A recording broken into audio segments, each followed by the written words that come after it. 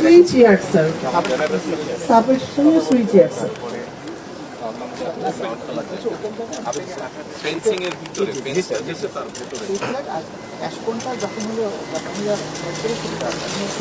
আমাদের মার্কেট আমাদের কোল যে অ্যাশগুলো আসবে এখানে আমরা ডাম্পিং করি, সেটা সবই স্যার। আমি যেটা বলছেন এই জায়গাটার কথা, আমরা ড্রাইভ করে এদিক দিয়ে এসছি না, আমরা এইটা রাস্তাটা না আমাদের গাড়ি চালিয়ে আসছি, তাই তো নাকি?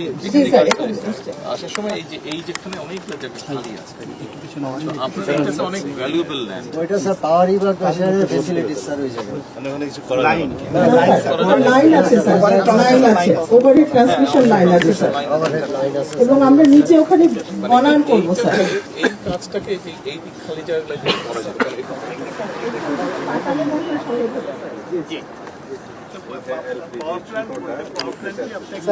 পরে যে সেকেন্ড ফেজটা বললো চ্যানেল হবে এখানে আর এখানে হলো আপনার পুরানো ভিত্তিকর পাতা, এটা হলো সিদ্ধান্তটা একদিন মাল খালাস হয়, 4 দিনে যেটা হয় 1 দিনে সেই মাল খালাস করতে হবে, মানে দেশের ইকোনমির একটা গেম চেঞ্জার। কমার্শিয়াল দুইটা যেটি হবে ডলফিন টাইপ যেটি, মানে প্রি ফ্যাব্রিকেটেড করে এনে এখানে হলো ক্যাপিং করে বসিয়ে দেবে, যার ফলে খরচ কম পড়বে। মায়ানমারে জাইকা মায়ানমারে এক ধরনের পোর্ট করেছে এই জায়গাতে, তো জাইকা অর্থায়নে মায়ানমারে এই সেম টাইপ পোর্ট করেছে। না স্যার পুরো প্ল্যানটাই কিন্তু স্যার 2400 মেগাওয়াটের জন্য ডিজাইন। আর এইটা হলো স্যার পুরাটা হয়েছে পাওয়ার রিভার জাপানে কাশিমা পোর্ট আছে স্যার, জাপানে ওটা আমাদের মতো এরকম লবণ চাষের এলাকাগুলো ছিল, তো ওই পোর্টের আদলে ওরা এটা নিয়ে আসছে মাল্টি মডাল পোর্ট। ওখানে যেমন ইন্ডাস্ট্রি আছে, পেট্রোকেমিক্যাল ইন্ডাস্ট্রি আছে, সোলার আছে, উইন্ড আছে, কোল বেস পাওয়ার প্ল্যান্ট আছে।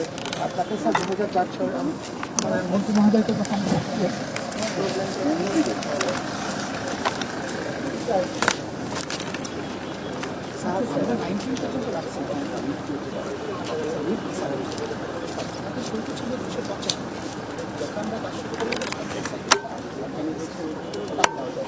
ওরা তখন বললো যে 100 মিটার যদি আমি উইথ বাড়িয়ে দিই, তার লেন্থ আমার সেমি আছে 14.3 কিলোমিটার, ডেপথ তো আমার ঠিক আছে।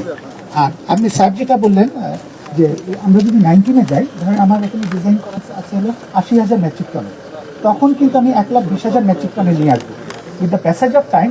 এবং আমরা করি যে যদি একবারে বেশি ড্রেজিং করে ফেলি, যেমন এসপিএম এর যে পাইপলাইনকে নিয়ে গেছি এটা কিন্তু 22 মিটার নিচে নিয়ে গেছে। আর স্যার ওই যে আপনি জিজ্ঞেস করেছিলেন ওই যে ট্যাঙ্কার দেখা যাচ্ছে এসপিএম এর ট্যাঙ্কার, কিন্তু এখন হলো আমরা স্ট্রাকচার করেছি কিন্তু রু আসে না, রু আনা 20 বছর 25 বছর যায়, কারণ এখন টেকনোলজি কিন্তু হয়ে যাচ্ছে যে 15 বছরের না কন্ট্রাক্ট। আমি যদি এটা স্প্রেড করি তাহলে আপনার প্রাইস কমে আসবে। আর তাতে কিছু কিছু প্রজেক্ট আমাকে করতে হবে যে শোকেসিং প্রজেক্ট করে। ইভেন স্যার আমার পুরো স্কুল ওটাতে সব ইনফ্রাস্ট্রাকচার আমাদের করতে হবে, তারপরে কিন্তু আমরা 12.5 পারবি আর এখানে সব আছে স্যার। এইটা যারা ইনভেস্ট করে তারা 10 বছর পেব্যাক পিরিয়ড রাখে বলে না, কিন্তু কোনো লেন্ডার 10 বছরের বেশি, যার ফলে ট্যারিফটা ওরা এমনভাবে সেট করে 10 বছর মধ্যে ওদের পেব্যাক পিরিয়ডটা চলে আসে।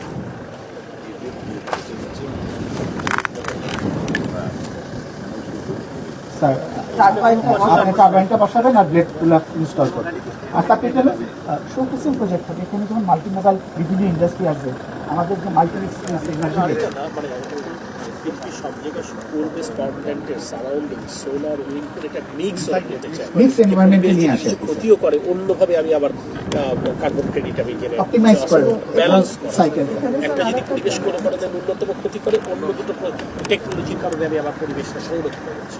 সো এই কনসেপ্টটা পেছনে আমাদের যখন ফেস টুটা হবে তখন আমাদের এখান থেকে যে বাই প্রোডাক্ট তৈরি হবে, এখানে কিন্তু আমাদের হাইড্রোজেনের একটা বড় সোর্স হবে। আমরা কিন্তু স্যার সোলার দিয়েও এই হাইড্রোজেনটাকে আমরা আবার মডিফাই করে আবার এই প্ল্যান্টকে ইউজ করতে পারবো কুলিংয়ের কুলিংয়ের পারপাসে। এই জন্য আমরা পরের ফেজেই রেখেছি স্যার গ্রিন হাইড্রোজেনটা, যেটা আমাদের যখন এই দুটো ফাংশনাল হয়ে যাবে এবং সোলারটা ফাংশনাল হবে। আমাদের পিডিপিপি হয়ে গেছে স্যার, পিডিপিপি হয়ে গেছে আমাদের প্ল্যানিং আছে, কারণ এটা